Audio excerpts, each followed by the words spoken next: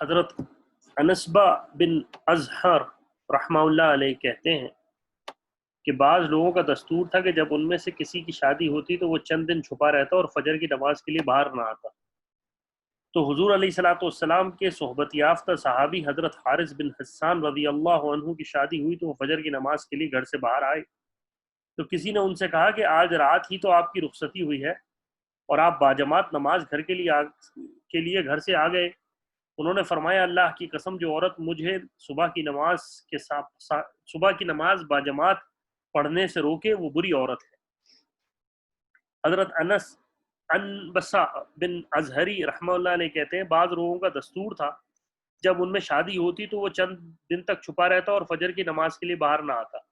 تو حضور علیہ الصلوۃ والسلام کے صحبت یافتہ صحابی حضرت حارث بن حسان رضی اللہ عنہ کی شادی ہوئی تو فجر کی نماز کے لیے وہ گھر سے باہر آئے۔ تو کسی نے ان سے کہا کہ آج رات ہی تو آپ کی رخصتی ہوئی ہے، آپ نماز باجماعت کے لیے گھر سے مسجد آ رہے ہیں۔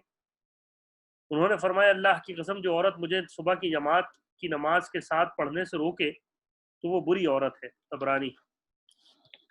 صفوں کو سیدھا کرنا اور ان کی ترتیب بنانا۔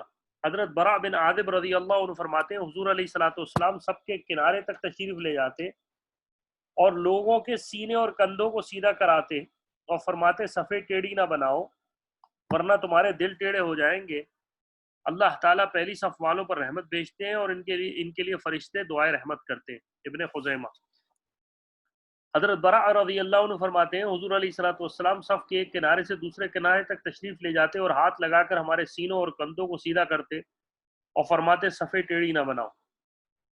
ابو داؤد کا کی روایت ہے یہ۔ حضرت جابر بن سمرہ رضی اللہ عنہ فرماتے ہیں کہ حضور علیہ الصلوۃ والسلام ایک دن ہمارے پاس باہر تشریف لائے اور فرمایا کیا تم لوگ ایسے صفیں نہیں بناتے جیسے فرشتے اپنے رب کے پاس بناتے ہیں؟ ہم نے عرض کیا یا رسول اللہ فرشتے اپنے رب کے پاس کیسے صفیں بناتے ہیں؟ آپ نے فرمایا وہ پہلی صفوں کو پورا کرتے ہیں پھر دوسری صفیں بناتے ہیں اور صفوں میں مل مل کے کھڑے ہوتے ہیں۔ مسلم اور ترمذی میں بھی ہے۔ حضرت جابر رضی اللہ عنہ فرماتے ہیں ایک دن ہم نے حضور علیہ الصلوۃ والسلام کے ساتھ نماز پڑھی، پھر آپ علیہ الصلوۃ والسلام نے ہمیں اشارے سے بیٹھنے کو فرمایا تو ہم بیٹھ گئے۔ پھر آپ علیہ الصلوۃ والسلام نے فرمایا تم لوگ صفیں ایسی کیوں نہیں بناتے جیسے فرشتے بناتے ہیں؟ پھر پچھلی جیسی حدیث کا بیان ہے۔ حضرت نعمان بن بشیر رضی اللہ عنہ فرماتے ہیں حضور علیہ الصلوۃ والسلام ہماری صفوں کو ایسا سیدھا کرتے کہ گویا ان کے ذریعے تیر سیدھا کیے جائیں گے۔ کرتے کرتے آپ علیہ الصلوۃ والسلام کو اندازہ ہوا کہ ہم صفیں سیدھی کرنے کی بات اچھی طرح سمجھ گئے ہیں اور ہم خود ہی صفیں سیدھی بنانے لگ گئے ہیں، تو آپ علیہ الصلوۃ والسلام نے صفیں سیدھی کرنا چھوڑ دی۔ یعنی یہ آپ علیہ الصلوۃ والسلام کی شروع کا معمول تھا، بعد میں جب دیکھا کہ صحابہ کے اندر یہ بات ہو چکی ہے تو پھر آپ نے چھوڑ دی۔ پھر ایک دن آپ علیہ الصلوۃ والسلام باہر تشریف لائے اور نماز پڑھانے کے لیے کھڑے ہو گئے۔ آپ علیہ الصلوۃ والسلام تکبیر کہنے ہی والے تھے، آپ علیہ الصلوۃ والسلام نے دیکھا ایک آدمی کا سینہ صف سے باہر نکلا ہوا ہے۔ آپ علیہ الصلوۃ والسلام نے فرمایا اللہ کے بندو اپنی صفیں سیدھی کرو ورنہ اللہ تعالیٰ تمہارے چہرے بدل دیں گے یا تم میں آپس میں اختلاف پیدا کر دیں گے۔ بخاری کی روایت۔ ایک روایت میں ہے حضرت نعمان رضی اللہ عنہ فرماتے ہیں اس کے بعد میں نے دیکھا کہ وہ آدمی اپنا کندھا اپنے ساتھی کے کندھے کے ساتھ اور اپنا گھٹنا اس کے گھٹنے کے ساتھ اور اپنا ٹخنا اس کے ٹخنے کے ساتھ ملا رہا ہے۔ ابی داؤد۔ حضرت نافع رحمہ اللہ علیہ کہتے ہیں حضرت عمر رضی اللہ عنہ صفیں سیدھی کرنے کا حکم دیتے اور اس کے لیے کچھ آدمی بھیجتے جو صفیں سیدھی کراتے۔ جب وہ لوگ واپس بتاتے کہ صفیں سیدھی ہو گئیں تو پھر حضرت عمر رضی اللہ عنہ تکبیر فرماتے، اتنا اہتمام تھا۔ حضرت ابو عثمان نحوی رحمہ اللہ علیہ کہتے ہیں حضرت عمر رضی اللہ عنہ سیدھی صفیں کرنے کا حکم دیتے اور فرماتے اے فلانے آگے بڑھ جا، اے فلانے ذرا آگے ہو جا، اور غالباً یہ بھی فرماتے کہ کچھ لوگ پیچھے ہٹتے رہیں گے یہاں تک کہ اللہ تعالیٰ انہیں پیچھے کر دیں گے۔ عبد الرزاق۔ حضرت ابو عثمان نحوی رحمہ اللہ علیہ کہتے ہیں حضرت عمر رضی اللہ عنہ کو میں نے دیکھا کہ جب وہ نماز پڑھانے کے لیے آگے بڑھتے تو لوگوں کے کندھے اور پاؤں کو دیکھا کرتے۔ حضرت ابو نصرہ رحمہ اللہ علیہ کہتے ہیں جب نمازی کھڑے ہونے لگتے تو حضرت عمر بن خطاب رضی اللہ عنہ فرماتے سیدھے ہو جاؤ، اے فلانے آگے ہو جا، اے فلانے پیچھے ہو جا، تم لوگ اپنی صفیں سیدھی کرو، اللہ تعالیٰ چاہتے ہیں کہ تم اپنی صفیں بنانے میں فرشتوں والا طریقہ اختیار کرو۔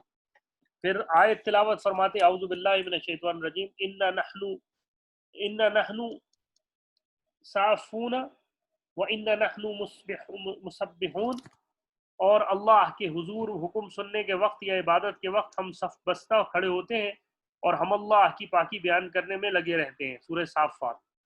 مالک رحمہ اللہ علیہ کہتے ہیں حضرت عثمان بن عفان رضی اللہ عنہ کے ساتھ تھا، ان سے بات کر رہا تھا مجھے کہ وہ میرے لیے کچھ وظیفہ مقرر کر دیں کہ اتنے میں نماز کی اقامت ہو گئی۔ میں ان سے بات کرتا رہا اور وہ اپنی جوتیوں سے کنکریاں برابر کرتے رہے، یہاں تک کہ وہ لوگ آ گئے جن کے ذمہ حضرت عثمان رضی اللہ عنہ نے سیدھی صفیں کرنا لگایا ہوا تھا۔ انہوں نے بتایا کہ صفیں سیدھی ہو گئیں تو حضرت عثمان رضی اللہ عنہ نے مجھ سے فرمایا تم بھی صف میں سیدھے کھڑے ہو جاؤ۔ اس کے بعد حضرت عثمان رضی اللہ عنہ نے تکبیر کہی۔ حضرت علی رضی اللہ عنہ فرماتے ہیں سیدھے ہو جاؤ، تمہارے دل سیدھے ہو جائیں گے اور مل مل کے کھڑے ہو تو تم پر رحم کیا جائے گا۔ ابن مسعود رضی اللہ عنہ فرماتے ہیں ہم نے اپنا حال تو یہ دیکھا کہ جب تک صفیں مکمل نہ ہو جاتی نماز کھڑی ہی نہ ہوتی۔ احمد کی روایت۔ ابن مسعود رضی اللہ عنہ کی روایت میں ہے کہ فرماتے ہیں کہ اللہ تعالیٰ ان لوگوں پر رحمت بھیجتے ہیں جو صفوں میں نماز کی پہلی صف کی طرف آگے بڑھتے ہیں اور اس کے فرشتے ان کے لیے دعائے رحمت کرتے ہیں۔ اب حضرت عبدالعزیز بن رافع رحمہ اللہ علیہ کہتے ہیں ابن زبیر رضی اللہ عنہ کے زمانے خلافت میں مکے میں مقام ابراہیم کے پاس حضرت عامر بن مسعود قرشی رضی اللہ عنہ نے پہلی صف میں مجھ سے آگے بڑھنے کی کوشش کی تو میں نے ان سے پوچھا کیا یہ کہا جاتا تھا کہ پہلی صف میں خیر ہے؟ انہوں نے فرمایا ہاں اللہ کی قسم۔ حضور نے فرمایا اگر لوگوں کو اول صف کے اجر و ثواب کا پتہ چل جائے تو قرے ہی سے صف اول میں کھڑے ہو سکے، یعنی اتنی قیمت تھی کہ ان کو اگر پتہ چل جاتا تو وہ قرا ہی نکلتا، یعنی قرآن اندازی سے ہی ان کا جو ہے انتخاب ہوتا۔ حضرت ابن عباس رضی اللہ عنہ فرماتے ہیں تم لوگ صف کو لازم پکڑو اور پہلی صف میں دائیں کی طرف لازم پکڑو اور ستونوں کے درمیان صف بنانے سے بچو کیونکہ وہاں صف کی جگہ نہیں ہوتی۔ طبرانی۔ اللہ تعالیٰ مجھے اور آپ کو عمل کی توفیق عطا فرمائے۔ یہ صفوں کے سیدھی کرنے کا باب ہے۔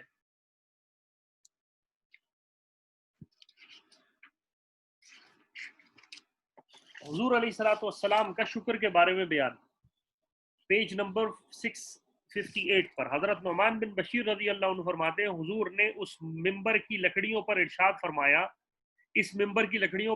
فرمایا جو تھوڑے پر شکر نہیں کرتا وہ زیادہ پر بھی شکر نہیں کر سکتا، اور جو انسانوں کا شکر نہیں کرتا وہ اللہ کا شکر بھی نہیں کر سکتا، اور اللہ کی نعمتوں کو بیان کرنا بھی شکر ہے اور انہیں نہ بیان کرنا بھی ناشکری ہے، اور آپس کا جوڑ سراسر رحمت ہے اور آپس کا توڑ عذاب ہے۔ راوی کہتے ہیں حضرت ابو امامہ باہلی رضی اللہ عنہ نے کہا کہ تم سواد اعظم کو چمٹے رہو، یعنی علماء حق سے جڑے رہو۔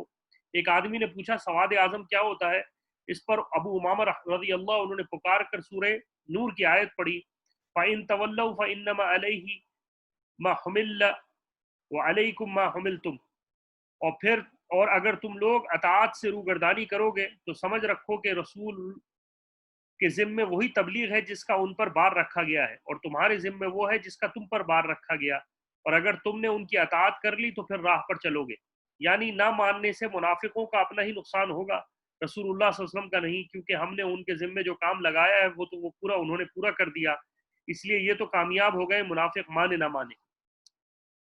حضرت ابو ذر رضی اللہ عنہ فرماتے ہیں حضور نے بیان فرماتے میں قرآن کی آیت پڑھی کہ اے داؤد کے خاندان والوں تم سب شکریہ میں نیک کام کیا کرو اور میرے بندوں میں شکر گزار بندے کم ہوتے ہیں، یعنی سورہ سبا کی آیت میں اللہ تعالیٰ کہہ رہا ہے کہ اے داؤد کے خاندان والوں تم سب شکر میں یہ نیک کام کیا کرو اور میرے بندوں میں شکر گزار لوگ کم ہی ہوتے ہیں، یعنی اللہ تعالیٰ کہہ رہے ہیں کہ کم ہی ہوتے ہیں جو لوگ شکر کرتے ہیں۔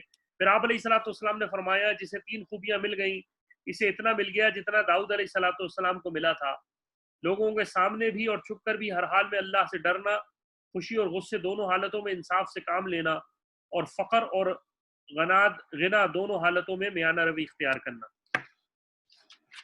بہتر زندگی گزارنے کے بارے میں حضور کا بیان، حضرت سیدنا علی رضی اللہ عنہ فرماتے ہیں حضور علیہ الصلوۃ والسلام نے ایک مرتبہ ارشاد فرمایا، اس میں ارشاد فرمایا صرف وہ 2 آدمیوں کی زندگی بہترین ہے، ایک وہ جو سن کر محفوظ رکھے اور دوسرے وہ عالم جو حق بات کو کہنے والا ہو۔